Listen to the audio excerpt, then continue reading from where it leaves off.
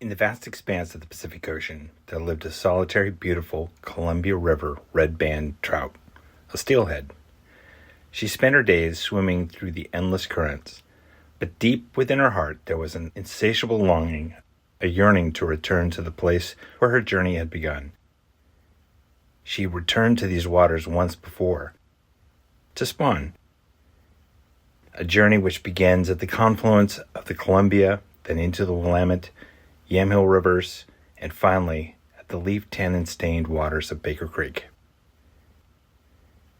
One fateful day, as she swam through the ocean depths, the faint taste of her home waters grew stronger and stronger with each passing mile. The urge to spawn had awakened. Driven by an ancient instinct, day after day she navigated treacherous rivers and streams. Finally she arrived at the last leg of the Odyssey. But as she rounded the bend, hope collided with despair. Her journey was blocked by an imposing obstacle. A towering 40-foot wall of cement and steel. A dam. An impossible barrier. Her line of steelhead, once so abundant, now threatened to the point of extinction.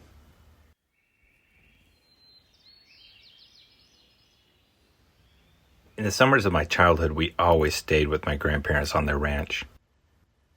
It was a magical place, pastures, deep lush forests, several step-over brooks that fed into Sweet Creek, a tributary of the Saisla River.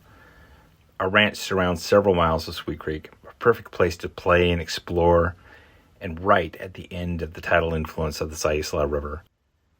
Perfect for salmon and steelhead to spawn, too.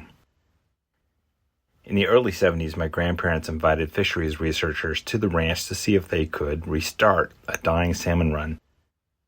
100 years of logging, road culverts, stream diversions meant we only saw a handful of salmon every few years, and even fewer steelhead.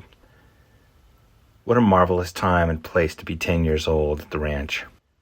Pools of juvenile salmon growing in the hatching ponds, racing to the edge of the release chute to see them disperse like bolts of lightning into the creek.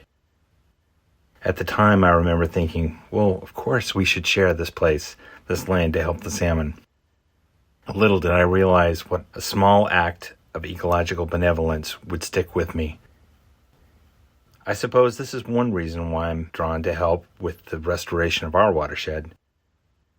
Taking responsibility for the legacy of harms inflicted upon our lands is, for me, a first small step to try to walk in my grandparents' footsteps.